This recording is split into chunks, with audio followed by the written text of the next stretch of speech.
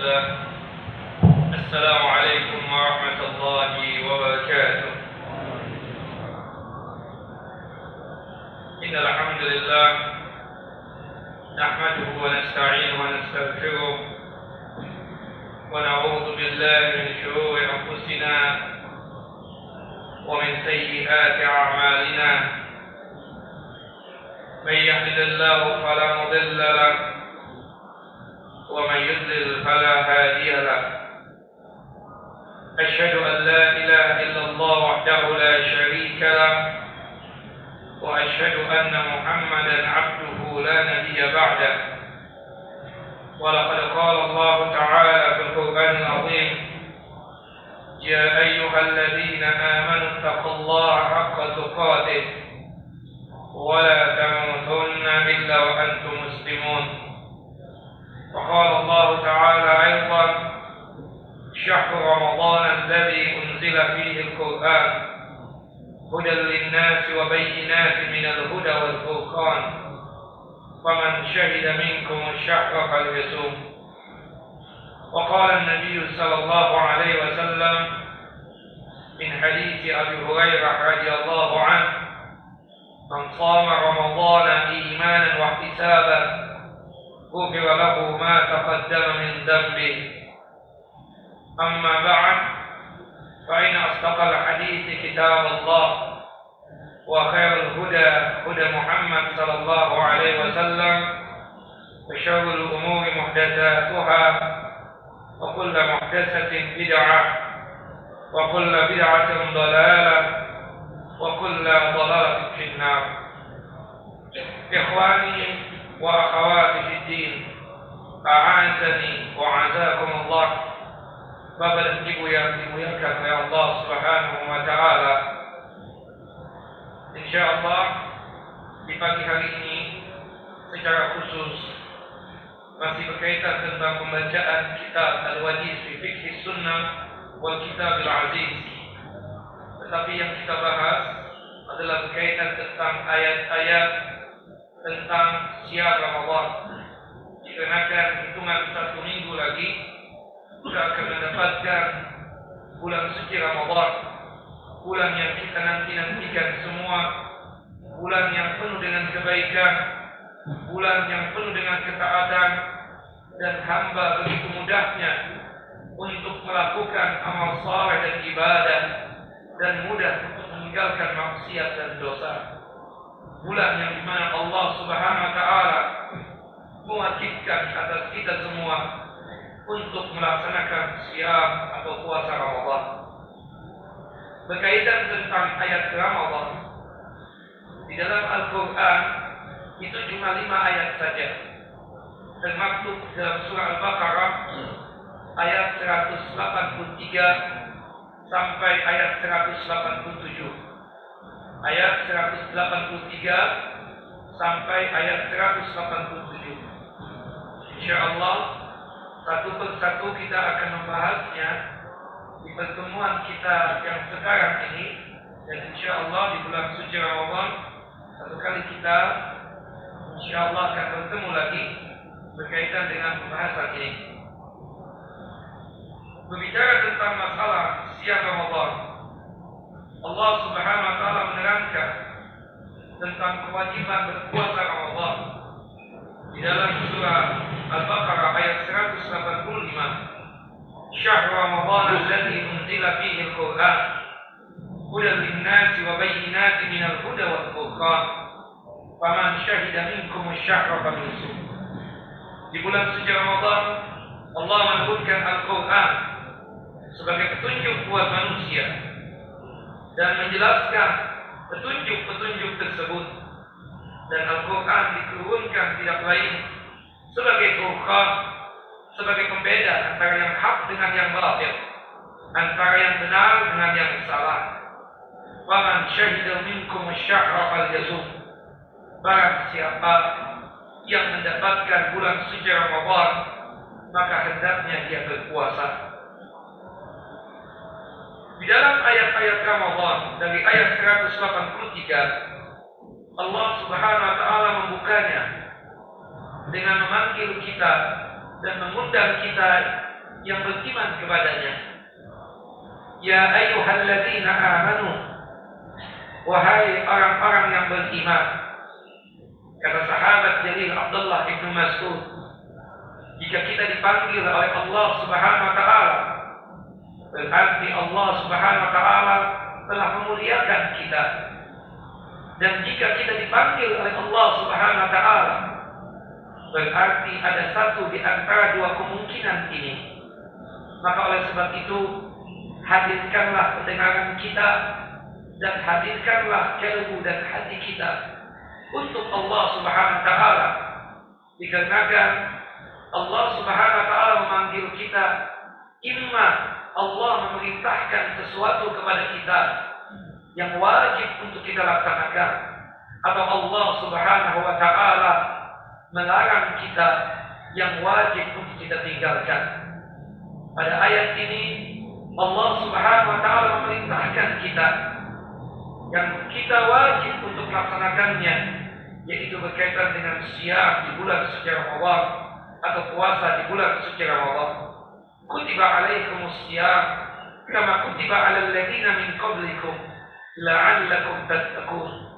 Telah diwajibkan atas kalian berpuasa sebagaimana umat-umat terdahulu juga diwajibkan untuk berpuasa. Tidak lain tujuannya adalah untuk memperoleh ketakwaan di sisi Allah Subhanahu wa taala. Kata-kata siam atau puasa, kata yang sering kita dengar, bahkan mungkin sering kita ucapkan, tapi banyak di antara kita yang tidak memahami tentang hakikat siam itu sebenarnya. Kata-kata siam terambil dari kata-kata soma yasumu sauman atau siaman, yang artinya amsaka yumsiku insaka, menahan diri dari sesuatu hal. Maksudnya di sini, kalau kita hubungkan secara terminologi fikih, puasa adalah al-imsak anil muftirat, menahan diri dari hal-hal yang membatalkan ibadah puasa. Hal-hal yang membatalkan ibadah puasa itu cuma ada 6. Yang membatalkan ibadah puasa kita itu cuma ada 6. Yang pertama, al-aqlu wasyurbu amdan, makan dan minum secara sengaja. Maksudnya, jika orang makan dan minum tidak sengaja, lupa misalnya, batal tidak puasanya? Tidak batal. Ada seorang sahabat yang dimana beliau lupa bahwasannya sekarang ini Ramadan, wajib untuk berpuasa, tapi dikirakan lupa makan dan minum. Kemudian dia mengadu kepada Nabi SAW, bagaimana tentang puasa itu ya Rasulullah? Faqala sallallahu alaihi wasallam, at'amahu Allah wa saqah. Allah telah memberikan makan kepadanya, Allah telah memberikan minum kepadanya. Falitimma saumahu, teruskan puasanya, dikarenakan dia lupa bahwasannya sekarang ini Ramadan, bahwasannya dia sekarang ini wajib untuk berpuasa. Jadi yang membatalkan ibadah puasa itu makan dan minum secara sengaja. Yang kedua, yang membatalkan ibadah puasa kita adalah muntah secara sengaja. Kata Nabi sallallahu alaihi wasallam, man istaqafa alaihi qada wa man zara'ahu al-qayf fala qada alaihi. Orang yang sengaja muntah, memasukkan telunjuknya ke tenggorokan, muntah dia, maka batal puasanya. Hendaknya dia mengqadha atau melunasi utang puasanya. Tetapi jika orang tidak sengaja muntah ketika di siang Ramadan terkena sakit mah, dia nggak kuat, terlilit mulut atau perutnya, kemudian dia muntah, maka tidak batal puasanya. Jika di antara kita yang muntah tidak sengaja tadi masih kuat untuk berpuasa, boleh dia meneruskan puasanya. Tetapi jika dia tidak kuat, maka batalkanlah. Tapi nanti keluar Ramadan, hendaknya dia melunasi hutang puasanya. Yang ketiga, yang membatalkan ibadah puasa tersebut adalah al-haid wan nifas. Khusus untuk wanita. Ketika di siang Ramadan, seorang wanita didatangi oleh tamunya yang bernama haid, maka otomatis puasanya batal hatta 5 menit menjelang berbuka puasa. Allahu Akbar, tamunya yang bernama haid ini datang, maka batal puasanya. Termasuk nifas, seorang wanita ketika Ramadan melahirkan, jika dia memaksakan untuk berpuasa, melahirkan di siang Ramadan, maka batal puasa. Yang keempat, yang membatalkan ibadah puasa kita tersebut adalah al-istimna. Al-istimna, maaf kalau bahasa kurang sopan, mengeluarkan air mani secara sengaja, entah menghayalkan sesuatu hal yang tidak perlu untuk dihayalkan, atau mungkin dia tersebut terlalu nafsu dengan istrinya sehingga membuat keluar air maninya, maka batal puasanya.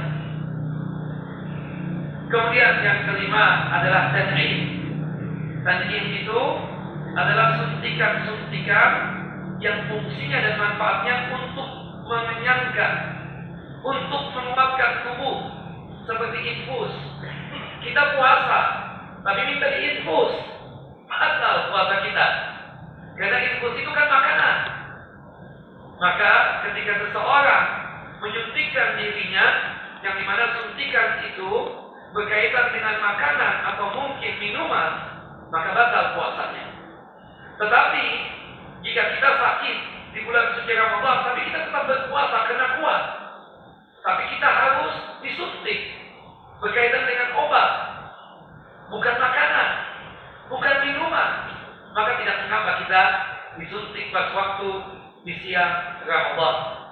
Termasuk juga donor darah di siang Ramadan, boleh nggak? Ketika puasa boleh donor darah, tapi masalahnya kuat tidak. Karena ketika kita habis donor darah, biasanya tubuh kita ini lemas, ya, artinya takutnya secara fisik tidak kuat berpuasa. Maka oleh sebab itu, berkaitan tentang suntikan yang membatalkan puasa kita adalah suntikan yang berkaitan tentang makanan dan minuman seperti infus. Kemudian yang terakhir, yang membatalkan ibadah puasa kita adalah al-jima, hubungan suami istri di siang Ramadan. Selain membatalkan puasa dari suami dan istri tersebut, juga suaminya wajib membayar kafarah sebagai tebusan dosa, sebagaimana yang disebutkan dalam hadis Abu Hurairah radhiyallahu anhu. Nah, puasa itu menahan diri dari hal-hal yang membatalkan ibadah puasa, yaitu cuma 6 hal itu saja tadi. Artinya selain 6 hal tersebut tidak membatalkan puasa kita. Kita mandi di siang Ramadan, boleh tidak? Boleh. Tidak ada masalah mandi. Mandi halal. Hatta lagi berpuasa. Kita akan berpuasa, subhanallah, karena kita nggak makan, nggak minum, aroma yang keluar dari mulut kita ini, maaf, bau. Mulai dari siang Ramadan kita bersiwak, gosok gigi, boleh. Yang tidak boleh makan odolnya. Dan saya yakin di antara bapak dan ibu tidak ada yang makan odol, kan? Ya, artinya kita menjaga. Berhubung orang berpuasa ini memang dikabarkan oleh Nabi SAW bahwasannya bau mulutnya karena tidak makan dan tidak minum. Tapi di sisi Allah Subhanahu wa taala, atyab min rihil kism. Aromanya orang yang berpuasa ini, bau mulutnya orang berpuasa ini lebih wangi di sisi Allah Subhanahu wa taala ketimbang minyak kasturi sekalipun. Kemudian tetes mata ketika siang Ramadan boleh nggak? Boleh, nggak ada masalah. Kemudian, maaf, berkaitan dengan tetes telinga di siang Ramadan, boleh tidak? Boleh, berjelak dan yang lainnya. Yang jelas, selain daripada 6 hal ini tidak membatalkan ibadah puasa.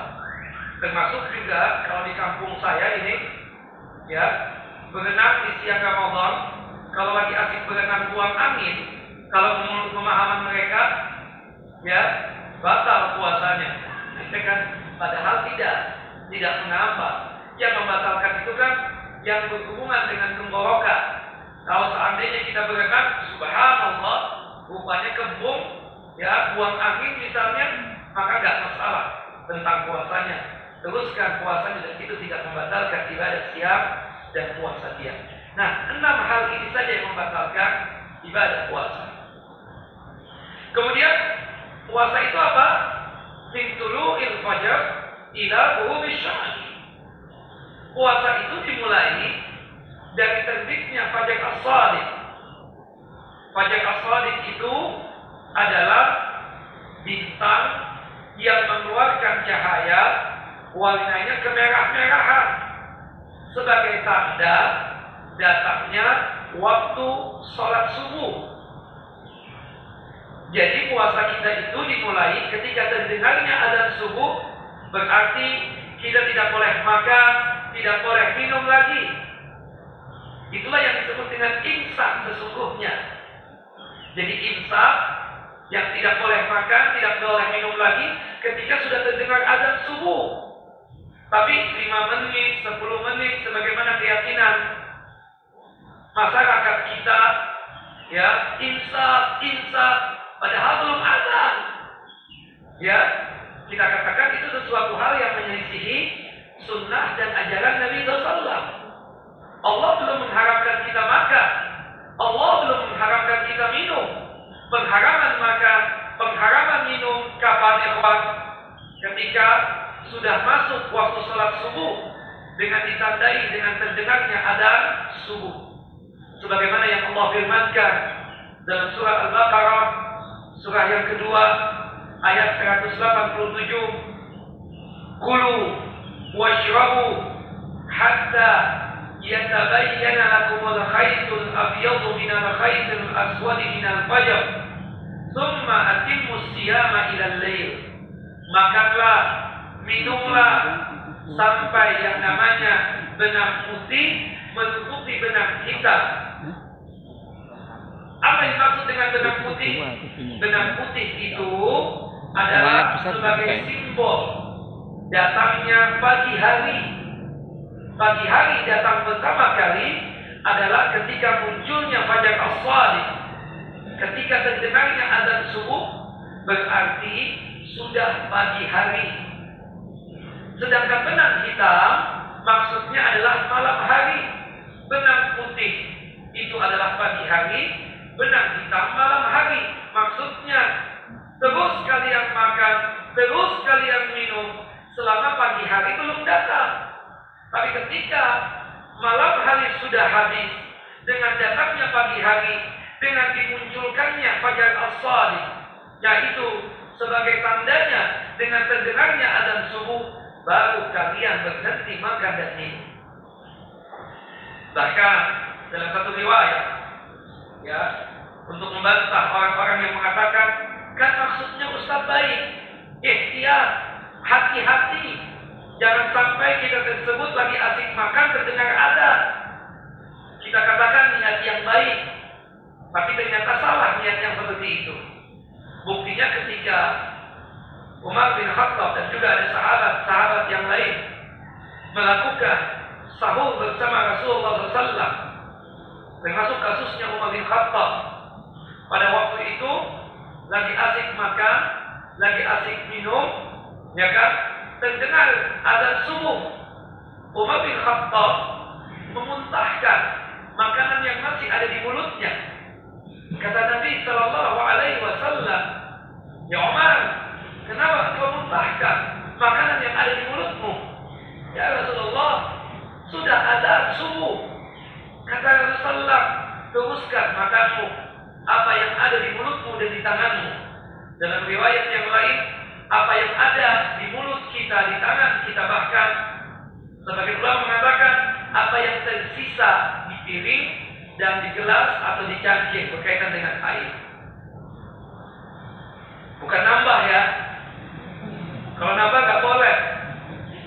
Misalnya masih ada tersisa nih 3 suapan atau 4 suap lagi, habiskan, kata Nabi Sallallahu. Jangan disisakan. Kalau disisakan mubazir akhirnya. Begitupun juga air yang ada di minuman, air yang ada di gelas atau di cangkir, habiskan. Ya, Ustaz, bagaimana kalau saat ini saya lupa? Yang dipiring ada nasinya, sedangkan di gelas tidak ada airnya. Makan keselak. Ya, apa boleh buat? Ambil air minum untuk menghindari keselak dia tersebut. Ya kan? Itu tidak mengapa. Masih dikasihkan rukhsah oleh Nabi Sallallahu Alaihi Wasallam. Tapi intinya puasa itu adalah mencegah diri dari hal-hal yang membatalkan ibadah puasa, dan pertamanya kita berpuasa itu dari terbitnya fajar as-shadiq dari subuh, ya kan, dan terdengarnya azan subuh sampai tenggelamnya matahari. Nah, artinya patokan berbuka puasa itu sebenarnya tenggelam matahari, bukan azan maghrib. Artinya kalau kita keluar negeri, kebetulan di luar negeri misalnya tidak terdengar azan maghrib, maka patokan kita berbuka puasa apa? Ketika sunset, ketika tenggelam matahari, kita wajib untuk membatalkan puasa kita. Kenapa? Waktu berpuasa telah habis atau telah berakhir. Kemudian ayat yang selanjutnya Allah mengatakan pada surah Al-Baqarah ayat 184, ayyaman ma'dudat, bahwasannya berpuasa itu beberapa hari tertentu. Hitungan bulan Hijriyah atau bulan Qamariyah atau bulan Arab itu tidak kurang daripada 29 hari dan tidak lebih daripada 30 hari. Jadi hitungan berpuasa kita ini 29 atau paling banyaknya berapa? 30 hari. Tidak mungkin 28 hari dan juga tidak mungkin 31 hari. 29 atau 30. Pertanyaannya, bagaimana menentukan Ramadan itu telah tiba? Disebutkan dalam beberapa hadis, di antaranya hadis dari Abdullah Ibnu Umar Ibnu Khattab radhiyallahu anhuma, qala Rasulullah sallallahu alaihi wasallam, Rasulullah sallallahu alaihi wasallam bersabda, sumu li ru'yatikum wa aftiru li ru'yatikum. Berpuasalah kalian dikarenakan kalian tidak melihat dikarenakan kalian melihat hilal. Artinya apa?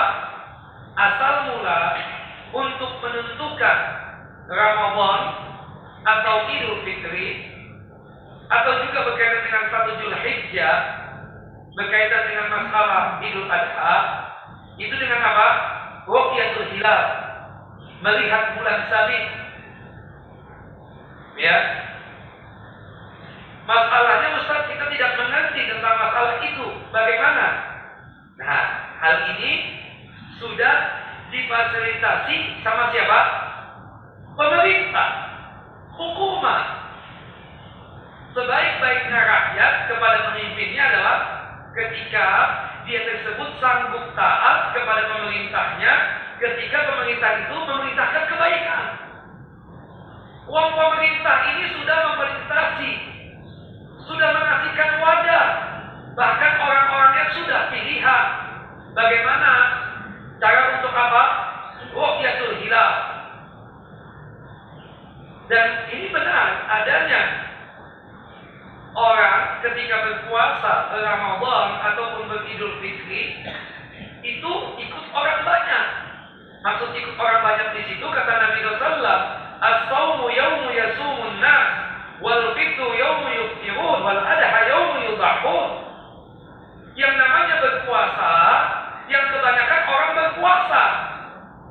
Begitupun juga Idul Fitri, kebanyakan orang beridul fitri. Pertanyaannya, di Indonesia ini lebih banyak ikut golongan apa ikut pemerintah? Ikut pemerintah. Dan itu yang lebih baik. Ati Allah wa ati Rasul wa ulul amri minkum. Wahai orang yang beriman, taatilah Allah, taatilah Rasul, taatilah pemerintah kalian.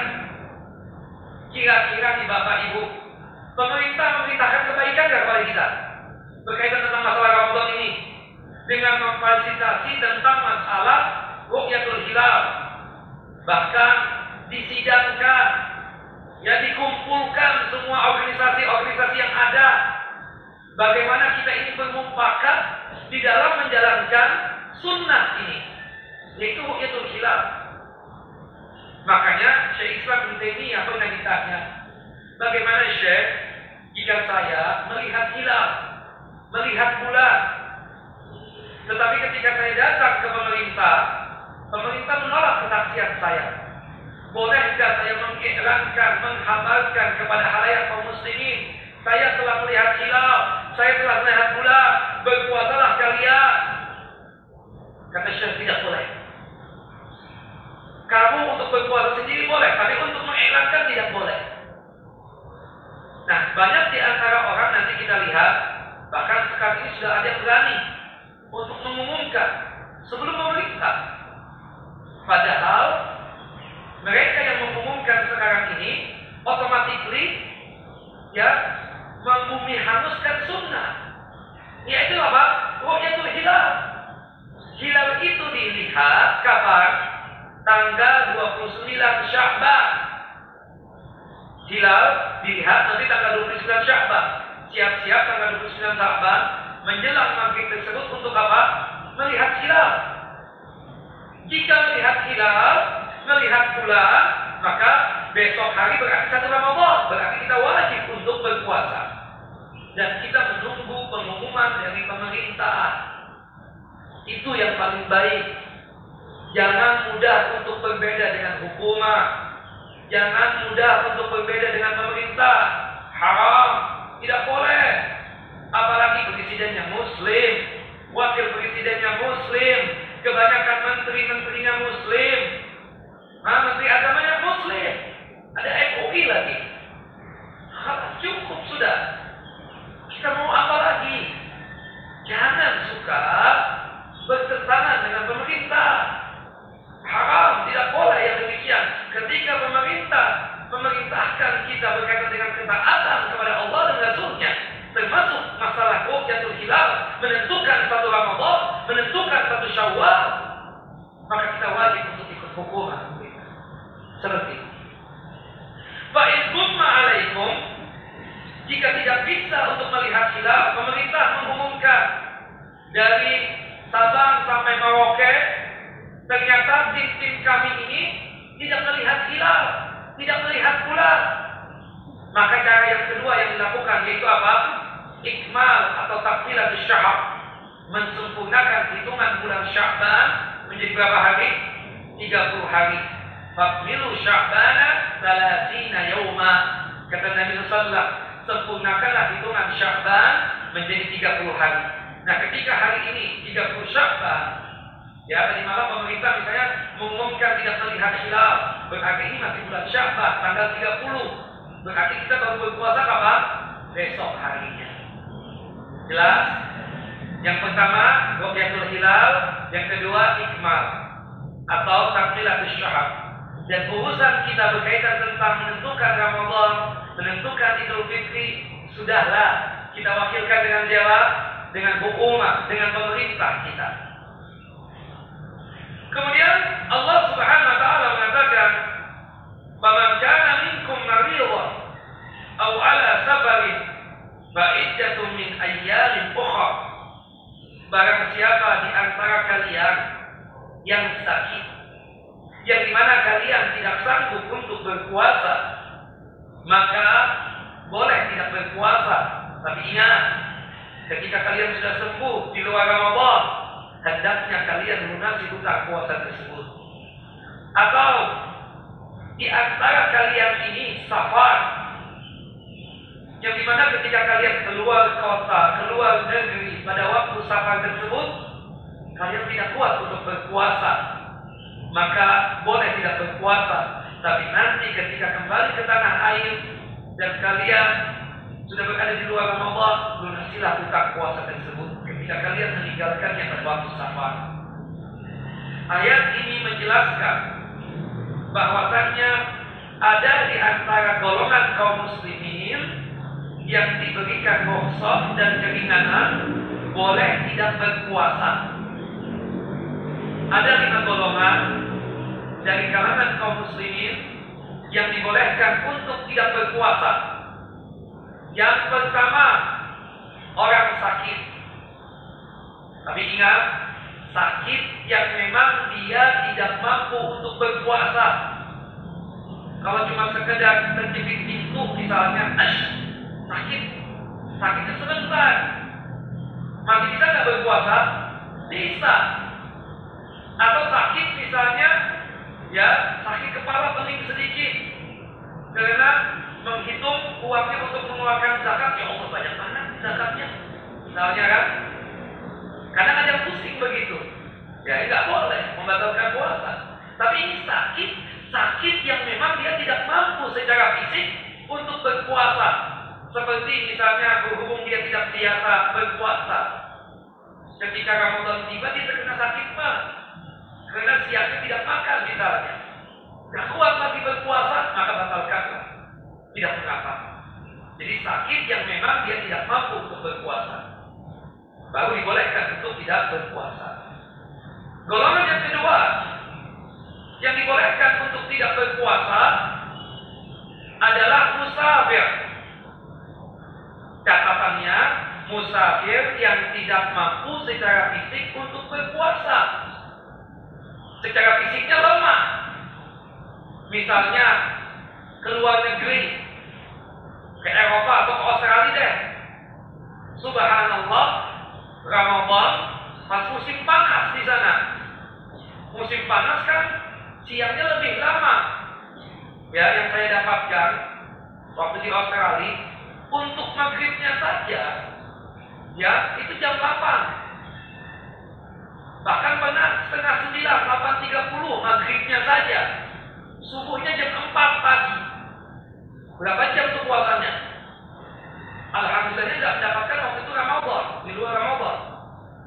Ya, kalau musim panas memang ada panjang siangnya. Nah kita, subhanallah, ditugaskan untuk berdakwah ke sana, atau mungkin berkaitan dengan tugas negara atau tugas dari kantor. Kita nggak kuat berpuasa dikarenakan panjangnya dan lamanya waktu tersebut, maka boleh kita tidak berpuasa. Jadi catatannya, musafir yang boleh tidak puasa adalah orang yang musafir yang tidak sanggup secara fisiknya untuk berpuasa, lemah secara fisiknya untuk berpuasa. Dalilnya apa? Hadis dari Anas bin Malik radhiyallahu anhu. Qala, berkata, safarna ma'an Nabi sallallahu alaihi wasallam, faminna as-sa'im wa minna al-muftir, wa la ya'ibu as-sa'im 'ala al-muftiri wa la al-muftiru 'ala as-sa'im. Kata Anas bin Malik, kami pernah melakukan safar bersama Nabi sallallahu alaihi wasallam. Di antara sahabat ada yang berpuasa, di antara sahabat juga ada yang berbuka, tidak berpuasa. Yang berpuasa tidak mencela dan tidak menghinakan orang yang berbuka. Begitupun juga yang berbuka tidak berpuasa, tidak menghinakan orang yang berpuasa. Kata sahabat Jalil Abu Sa'id Al-Khudri radhiyallahu anhu menjelaskan, ketika kami para sahabat safar bersama Rasul dan kami punya kekuatan secara fisik, dan maka kami berpuasa, dan itu lebih bagus buat kami. Tetapi ketika kami safar bersama Nabi SAW dan di antara kami tidak punya kekuatan fisik untuk berpuasa, maka kami tidak berpuasa, dan itu lebih bagus buat kami. Artinya standarnya itu apa? Parameternya itu apa? Ukurannya musafir tidak boleh berpuasa apa? Jika dia tidak mampu atau lemah secara fisik untuk berpuasa. Artinya jika kita safar musafir masih kuat secara fisik untuk berpuasa, hukumnya apa? Tetap wajib dia berpuasa. Apalagi cuma Banjarmasin, Jakarta, Banjarmasin, berapa jam? Naik pesawat 1 jam 30 menit. Subhanallah, berangkatnya habis asar kan? Habis asar kan Kalimantan 1 jam lebih duluan, ya kan? Di sini jam 6, di Banjarmasin sudah jam 7, ya kan? Subhanallah, apalagi naik pesawat yang abal-abal, cuma duduk doang, nggak dikasih minum, nggak dikasih makan, ya kan? Kan ada pesawat yang begitu. Nah, 1 jam 30 menit sampai Kalimantan, Banjarmasin sudah duduk, sudah buka puasa. Maka kuat dong dia berpuasa di pesawat doang, duduk doang begini. Kuatlah. Teruskan puasanya. Jangan dibatalkan. Haram. Karena dia masih sanggup untuk berpuasa secara fisik. Adapun dalil yang menerangkan laisa minal bir asyamu fis safar. Bukan kebaikan orang yang berpuasa di waktu safar. Hadis ini sahih, benar. Tapi asbabul wurudnya, sebab ada hadis ini diceritakan, ya, ada seorang sahabat pada waktu itu safar bersama Rasul. Sahabat ini sudah kelelahan, kecapean, lemas tubuhnya. Sinar matahari sangat terik sekali. Para sahabat yang lain menutupi tubuhnya tersebut agar tidak terkena sengatan sinar matahari yang terik tersebut. Subhanallah, sayangnya sahabat satu dengan yang lainnya. Ketika Rasulullah datang, kata Rasulullah, "Matikum, ada apa ini kalian?" Kata sahabat-sahabat yang menjadikan peneduh dan pelindung buat sahabat yang berpuasa tadi, kata sahabat tersebut, "Ini sahabat kita sedang berpuasa, dia dalam kondisi lemas sekali, tapi dia meneruskan puasanya ya Rasul. Makanya takut dia pingsan, dikenakan sengatan sinar matahari, kami tutupi tubuhnya dengan tubuh kami." Kemudian kata Rasul, "Ya akhi, wahai saudaraku, abdih, batalkan puasamu.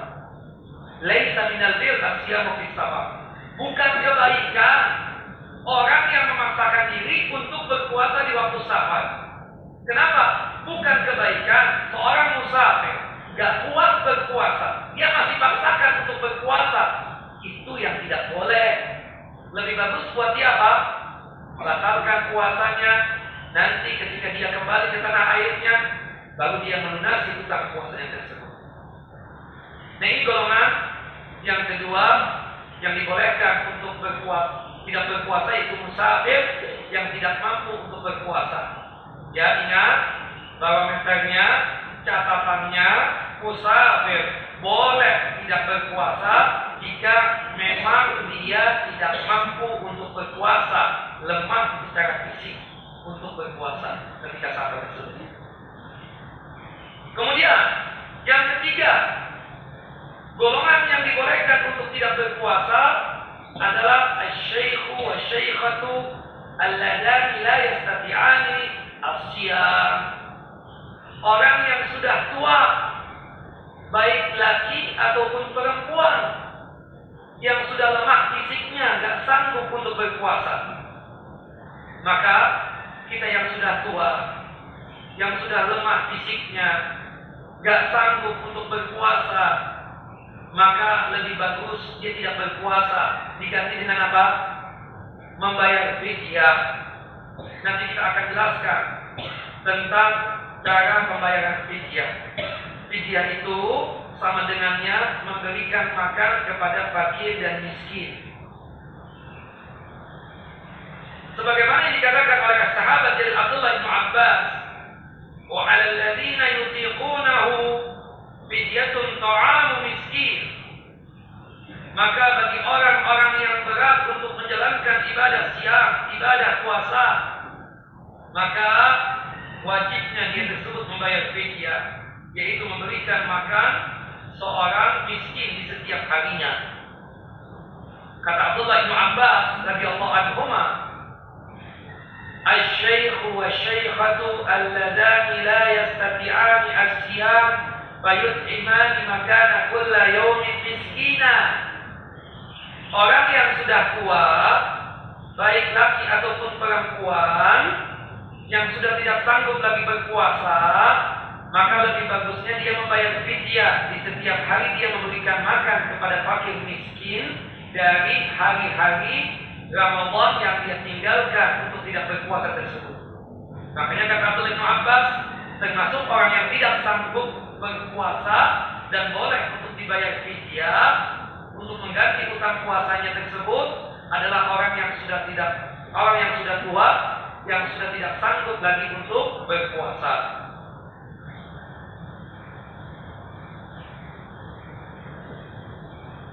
Golongan yang keempat yang dibolehkan untuk tidak berpuasa adalah al-hamilu al-hawla, perempuan yang hamil.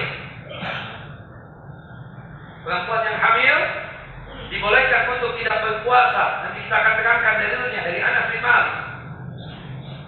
Yang kelima adalah al-mawlid, perempuan yang menyusui, juga dibolehkan untuk tidak berpuasa. Disebutkan dalam hadis yang sahih, hadis dari Anas bin Malik radhiyallahu anhu, "Innallaha wada'a 'anil musafir syatrus salat wa 'anil hamil wal murdi as-siyam." Sesungguhnya Allah Subhanahu wa taala menjadikan salatnya musafir yang 4 rakaat boleh diringkas menjadi 2, zuhur, asar, dan isya. Jika kita musafir, jika salat ini boleh diringkas, yang 4 rakaat ini boleh diringkas menjadi berapa rakaat? 2 rakaat. Disebutnya salat apa? Qasrus salat atau salatul musafir. Salat musafir. Karena alasan seseorang untuk meringkas salat yang 4 menjadi 2, alasannya cuma 1. Itu apa? Jika kita musafir. Kalau menggabungkan 2 salat namanya apa? Jam'us salat, menjamak salat. Dan menjamak salat itu cuma 2 paket. Ya, zuhur dan asar. Yang kedua apa? Maghrib dan isya. Subuh tidak ada. Ya, subuh tidak ada qasar salat, tidak juga jamak salat tidak ada. Nah, nanti kita next time insyaallah kita akan menjelaskan tentang salat musafir ini. Kemudian kata Nabi, dan sesungguhnya Allah Subhanahu wa taala menjadikan perempuan yang hamil dan perempuan menyusui boleh untuk tidak berpuasa. Ya. Artinya apa? Ketika perempuan hamil dan perempuan menyusui, ya, boleh diganti dengan apa? Membayar fidyah. Fidyah toh apa harus dengan berpuasa juga, Bapak-bapak? Hah? Fidyah toh. Karena fidyah ini mengganti utang puasa. Jika seseorang tidak sanggup untuk berpuasa, maka diganti dengan apa?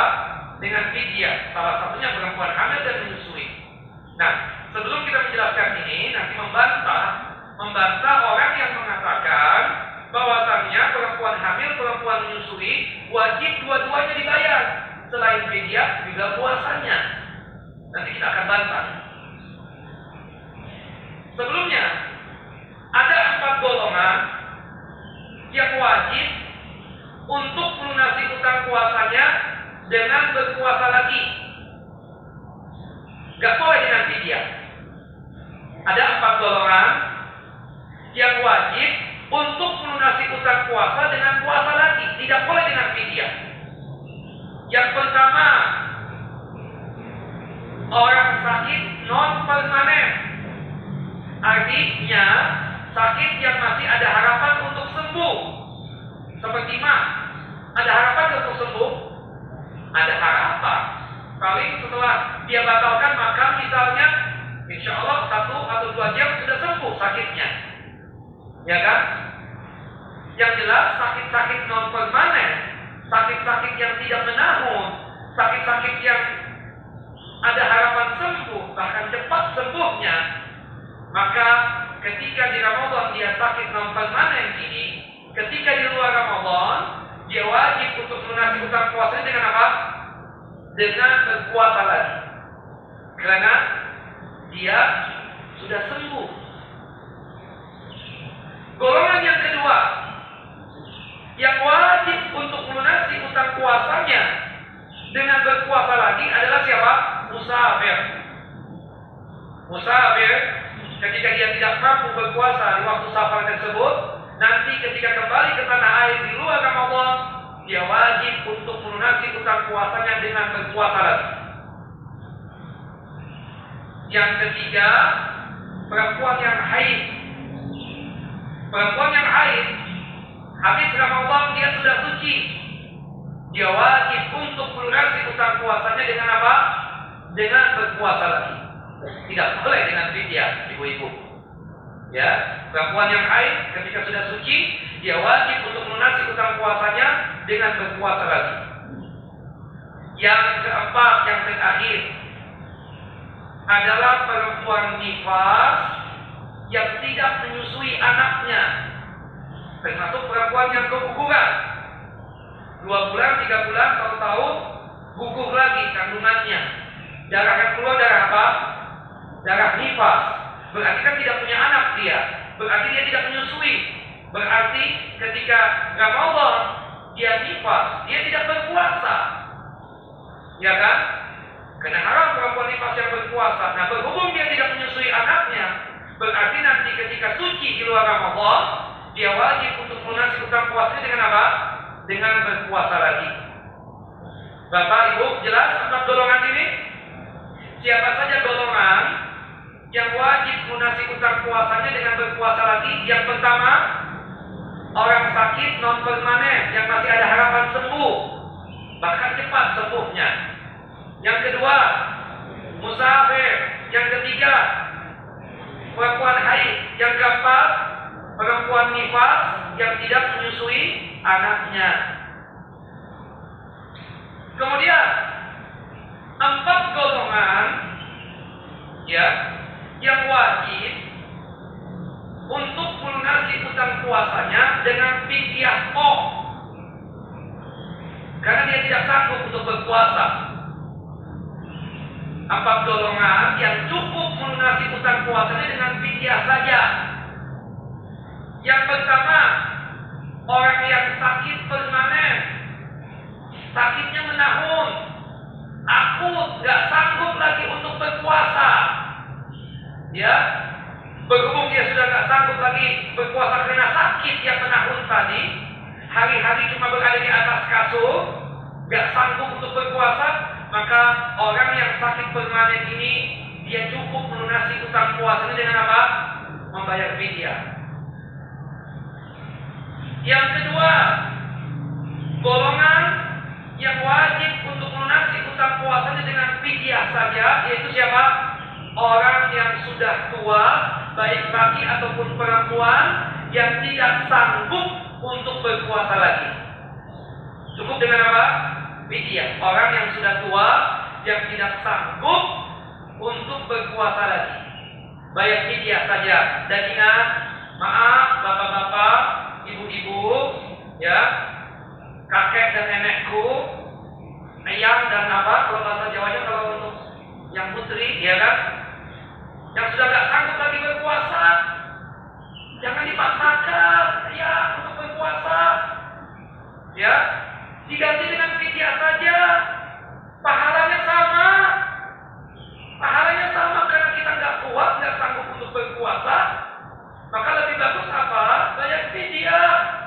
Jangan dipaksakan. Kalau dipaksakan bisa bahaya buat diri kita. Dan itu ada rukhsah dari Allah dan Rasulnya. Yang ketiga, orang yang dibolehkan untuk mengganti utang puasanya dengan fidyah perempuan hamil. Yang keempat, perempuan yang menyusui, melunasi utang puasanya dengan fidyah saja. Nah, perempuan hamil dan menyusui cukup dengan fidyah saja. Dalilnya apa? Hadis dari Anas bin Malik tadi, dan juga hadis asal dari Abdullah bin Abbas dan asal dari Abdullah bin Umar. Ya, menerangkan bahwasannya perempuan yang hamil, perempuan yang menyusui cukup dengan membayar fidyah saja. Adapun membantah orang yang mengatakan harus dua-duanya Ustaz, fidyah dan juga berpuasa juga. Pertanyaannya, Ustaz, melunasi utang puasa itu kapan? Habis Ramadan? Berapa bulan? Berapa bulan Bapak? 11 bulan. Dari tanggal 2 Syawal sampai akhir Sya'ban. Ini tinggal 9 hari lagi ya? Apa 10 hari lagi? Kita mendapatkan Ramadan. Bagi bapak dan ibu yang masih punya utang puasa, segerakan lunasi utang puasanya.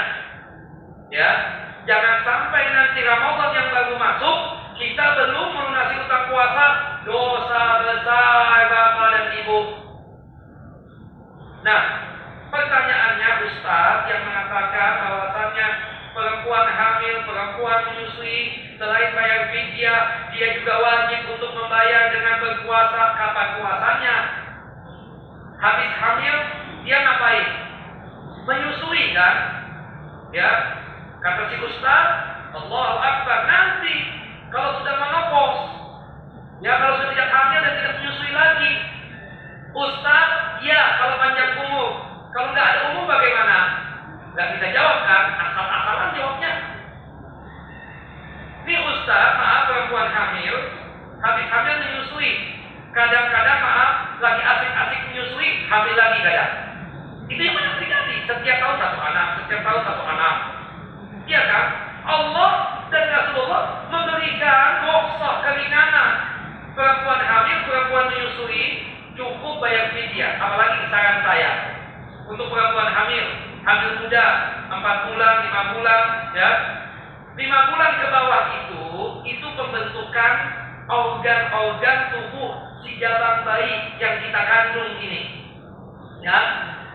Khawatirnya Allah wa dzurriyyatina wa iyyakum, semoga Allah menyelamatkan kita dan keturunan-keturunan kita dari yang namanya kecacatan. Nauzubillah min dzalik. Ya kan? Khawatir kita. Maka Allah mengasihkan rukhsah, Allah mengasihkan keringanan. Ibu nggak usah puasa bu, diganti dengan fidyah. Abdullah bin Umar punya anak perempuan hamil, di Ramadan dia berpuasa, muntah-muntah. Kata Abdullah bin Umar, ada apa kamu ini? Ya abadi, anak saimah, aku sedang berpuasa. Ya kamu kan ini hamil. Abdiri, batalkan puasa kamu saat ini. Berikanlah makan di setiap hari, ya, kepada fakir miskin dari puasa yang engkau tinggalkan, yang disebut dengan fidyah. Jelas Bapak Ibu, dan akhir sebelum menutup, ya kan? Bagaimana cara membayar fidyah tersebut? Ada beberapa cara. Yang jelas, fidyah itu tidak boleh diawalkan. Ramadan belum masuk kan? Ini masih bulan Sya'ban. Kita tahu istri kita hamil, kita tahu orang tua kita sudah tidak sanggup lagi berpuasa.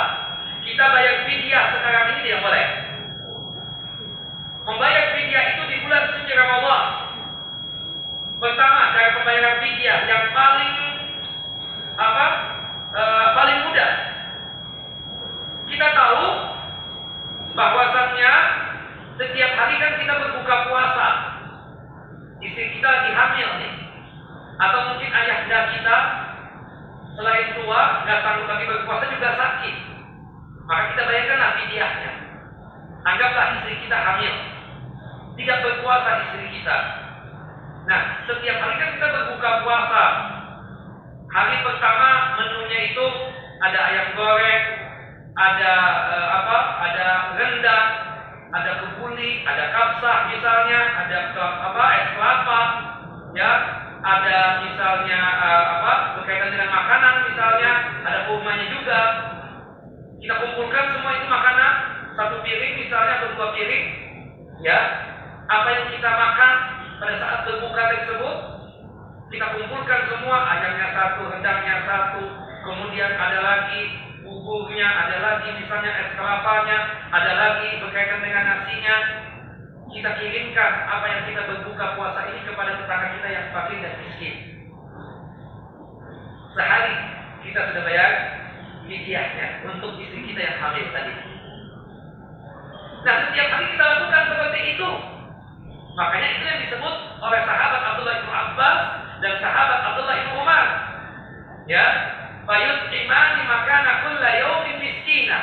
memberikan makan di setiap hari, maksudnya di bulan suci Ramadan. Dimajukan ke depan nggak boleh juga. Istri kita hamil atau orang tua kita sudah nggak sanggup lagi berpuasa, udah berhubung 1 bulan nih dipastikan tidak berpuasa, kita bayar di awal Ramadan, tidak boleh juga. Tapi boleh dirapel, diakhirkan dibayarnya. Ketika hari ini tanggal 30 Ramadan atau tanggal 29 Ramadan, anggaplah 30 Ramadan, ya. Ketika berbuka puasa, ya, kita mengundang 30 orang fakir miskin untuk berbuka puasa di rumah kita, atau mengundang anak yatim yang ada di panti asuhan, karena kan mereka fakir dan miskin juga. Apa yang kita makan, itulah yang mereka makan, ya kan? Nah, itu cara pembayaran fidyah. Yang kedua, dirapel, digabungkan sekaligus di akhir Ramadan, sebagaimana yang dilakukan oleh Anas bin Malik. Yang ketiga, sekiranya kita repot untuk membuat makanan, maka kita beli nasi kotak atau nasi bungkus. Nah, di mana kita biasa makan, Bapak? Di restoran apa di warung Tegal? Kalau misalnya kita biasa makan di restoran, maaf ya, jadi sumber makanan untuk memberikan fakir miskin sebagai fidyah tersebut dari sumber restoran. Jangan kita biasa makan di restoran, ya, pagi sore atau sederhana, atau mungkin Abu Nawas atau Hadramut misalnya, makanan yang wah kan? Artinya jangan bayar fidyahnya, belinya di warung Tegal, ya, menunya cuma tahu tempe. Waliyahzubillah, salah. Karena kita biasa makan di mana? Kecuali kalau kita memang fakir miskin, nggak mampu makan di restoran, makan di warung Tegal, kebetulan istri kita hamil, maka melunasi hutang puasanya tersebut di mana? Mengambil dari makanan dari warung Tegal, nggak apa-apa. Ingat, sesuai dengan kebiasaan apa yang kita makan. Atau diganti dengan beras. Seharinya berapa? 1,5 liter beras. 1,5 liter beras. Berarti kalau 30 hari istri kita hamil nggak berpuasa, berarti berapa? 45 liter beras. Kita bagikan kepada suatu orang fakir miskin boleh, satu keluarga boleh, atau kita bagi rata kepada 30 orang fakir miskin boleh, atau mungkin kita sesuai dengan keinginan kita cuma 5 keluarga saja, atau 6 keluarga saja, atau 7 keluarga saja. 45 liter beras tersebut kita bagi-bagi misalnya, itu pun juga boleh. Tapi ukurannya kan seharinya berapa? 1 liter beras. Nah, itu berkaitan dengan masalah fidyah. Nah, insya Allah nanti kalau nggak salah 1 kali lagi kita di bulan suci Ramadan untuk masalah kuliah subuh ini bisa akan lanjutkan lagi berkaitan dengan ayat-ayat Ramadan. Baik, pertanyaan hari ini dibatasi karena anak lagi bulanan, yang ngantar nggak ada. Silakan 3 saja. Ya, Bapak ada pertanyaan? Ya Bapak, yang panjang-panjang Pak. Pendek aja, singkat padat. Assalamualaikum warahmatullahi wabarakatuh. Waalaikumsalam warahmatullahi wabarakatuh. Ya. Ada yang berpendapat orang yang kerjaannya sangat berat, yang dalam sehari-hari itu katanya boleh tidak puasa tapi fidyah. Seperti kulit gitu. Ya. Ini yang kedua. Ya, satu aja Pak. Terima kasih Ustaz. Berkaitan dengan masalah itu tidak benar. Ya, di zaman Rasul lebih berat loh kerjaannya. Di zaman Rasul berat pekerjaan sahabat itu rata-rata yang kerjanya di sawah, di perkebunan kurma, dalam kondisi yang tidak ada AC waktu itu, dalam kondisi yang panas, menggentang, tapi masih kuat para sahabat untuk berpuasa. Masalahnya mereka ini tidak pernah mau mencoba. Jangankan puasa, maaf ya, mereka itu kadang hatta sholat nggak sholat. Nah, ini masalah. Orang yang sholat, insya Allah dia akan terbawa berkeinginan untuk berpuasa. Ramadan. Ada teman kita, unik, masya Allah sekarang sudah jadi mandor dia. Kuat berpuasa nggak ada masalah. Cuma masalahnya dari hati ini. Ya, di luar Ramadan saja sholat saja kadang, ya Allah ya Rabb, paling Jumatan doang. Selebihnya nggak sholat, mau begitu. Jadi nggak benar. Orang-orang yang seperti pekerja kasar tadi, kuli dan seterusnya tidak wajib untuk berpuasa. Dia wajib untuk untuk berpuasa. Ya kan? Kecuali kalau tidak mampu lain hal, sakit misalnya pas lagi ngangkat barang atau seterusnya, nggak sanggup untuk berpuasa, ya kan? Untuk sementara waktu dia tersebut boleh tidak berpuasa, tetapi nanti di luar Ramadan dia wajib untuk melunasi hutang puasa dengan puasa lagi. Tapi nggak benar kalau seandainya para pekerja kasar itu langsung bayar fidyah, nggak boleh. Yang jelas dia harus berpuasa, wajib untuk berpuasa. Nggak boleh otomatis dia tidak berpuasa. Allah Allah. Ya, yang lain? Di sini ada pertanyaan. Bapak dulu silakan. Assalamualaikum warahmatullahi wabarakatuh. Waalaikumsalam. Ini mengenai bulan Ramadan. Bukan masalah puasa aja, kita beribadah. Ibadah menjalankan salat tarawih atau iktikaf. Ya, nanti insya Allah Pak. Nah, saya melihat di Pulau Gadung itu, padahal kan masjidnya mewah dan tidak dalam keadaan direnovasi atau tidak bocor. Tapi menjalankan sholat tarawih itu di gedung pertemuan. Ini bagaimana itu? Padahal ada masjidnya kosong, Pak. Ya nggak boleh lah. Usahakan masjid itu dihidupkan. Ya, kita alhamdulillah masjid kita kita hidupkan dengan sholat wajib. Setelah itu dengan sholat yang berkaitan dengan anjurannya di masjid, seperti tarawih, ya berjamaah di masjid itu lebih afdal. Ya, tapi kalau seandainya ada masjid tapi dia malah sholat di rumah, itu jadi tidak benar. Setelah saya tanya, katanya banyak sepuh yang nggak jujur. Itu kan tergantung niatnya. Nanti kita datangin mereka. Nanti insya Allah kita datangin mereka, kita kasih penjelasan ya. Insya Allah. Jangan curhat di sini Pak. Nanti nggak sampai ya. Silakan. Ya. Yang jelas sholat tarawih ya atau qiyamul lail atau tahajud sama. Nggak ada perbedaannya. Qiyamul lail atau tahajud atau tarawih itu sama, sholat malam. Tahajud istilahnya siapa? Istilahnya Allah Subhanahu wa taala berdasarkan firman Allah dalam surah Al-Isra surah ke-17 ayat 79. Fatahajjat bihi nafilatan lak asa ayyab'atsa rabbuka maqama mahmuda. Bangkitlah engkau dari hidupmu untuk melaksanakan ibadah sholat. Mudah-mudahan engkau dibangkitkan dalam kondisi yang terpuji dan mulia. Ya kan? Dari ayat itu muncullah istilah salat malam tahajud. Sedangkan qiyamul lail istilahnya siapa? Nabi Muhammad SAW. Kata Rasulullah SAW dalam hadis yang dikeluarkan oleh Imam Bukhari dan Muslim dari hadis Abu Hurairah radhiyallahu anhu, "Man qama Ramadhana imanan wa ihtisaban, ghufira lahu ma taqaddama min dzambi." Barang siapa yang menghidupkan malam Ramadan dengan ibadah salat penuh dengan keimanan, keikhlasan dan mengharapkan pahala di sisi Allah Subhanahu wa taala, dipastikan dosa-dosanya diampuni oleh Allah Subhanahu wa taala. Muncullah dari hadis ini istilah apa? Salat malam itu qiyamul lail. Sedangkan tarawih itu istilahnya siapa? Ulama. Bukan istilahnya Allah, bukan istilahnya Rasul. Tarawih itu artinya apa?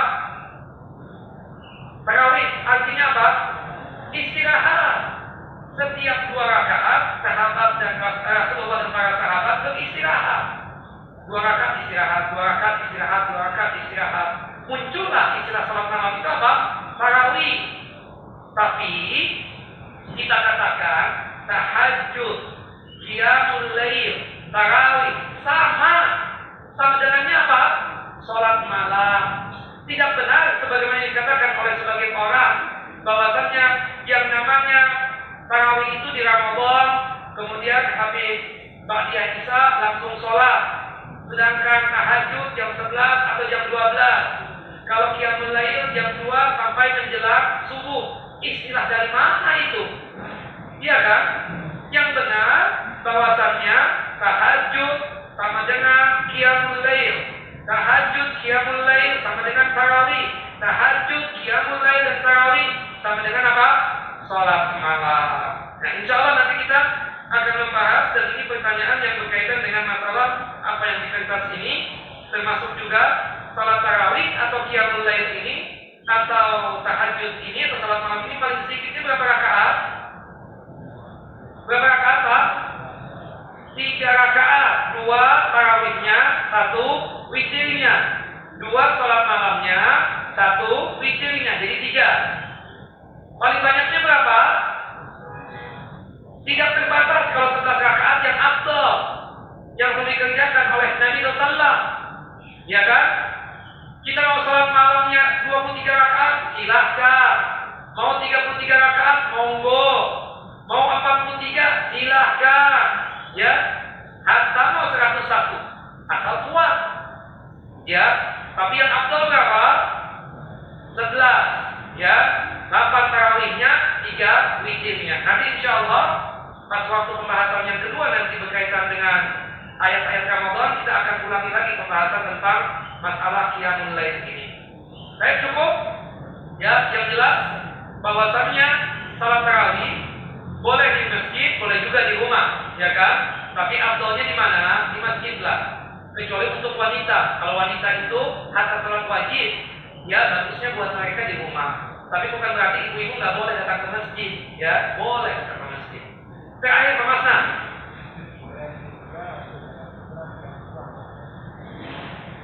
Ingat, fidyah, zakat fitrah, atau zakat fitri itu makanan. Jadi yang sampai ke fakir miskin itu makanan, bukan uang. Kalau uang itu zakat mal. Kalau uang zakat mal. Nah, kalau penyedia misalnya memfasilitasi, nggak apa-apa. Misalnya, ini kita ada 2 beras nih Pak Masna. Kita akan bisa menyalurkan fidyah dan juga fitrah. Berapa kata Pak Masna? Ya kan, sekian Pak, 100.000 1 liternya misalnya, ya kan? Nah, kemudian kata Bapak, ini sampai ke fakir miskin makanan, beras, apa duit? Oh, kata pengurus masjid, beras dong Pak, bukan uang. Nah, boleh kita menitip pesan begitu. Tetapi jika pengurus masjid mengatakan enggak, yang sampai ke fakir miskin juga duit, oh nggak benar. Duit itu apa? Untuk zakat mal, zakat harta. Tapi kalau zakat fitrah atau zakat fidyah harus makanan. Jelas Bapak? Insya Allah di Ramadan kita bahas lagi sekali lagi nanti. Maaf Bapak Ibu, ya, saya minta izin ikut sarapan sama Bapak langsung jalan setelah ini dengan anak-anak sekolah. Ya, soalnya ada ulangan kami ini khusus. Biasa Sabtu libur. Tapi berhubung ya diringkas-ringkas 2 sehari atau 3-2 begitu, jadi Sabtu juga masuk hari ini. Baik, wassallallahu ala nabiyina Muhammad wa ala ali Muhammad kama shallaita ala Ibrahim wa ala ali Ibrahim innaka Hamidum Majid. Subhanakallahumma wa bihamdika asyhadu an la ilaha illa anta astaghfiruka wa atubu ilaik. Assalamualaikum warahmatullahi wabarakatuh.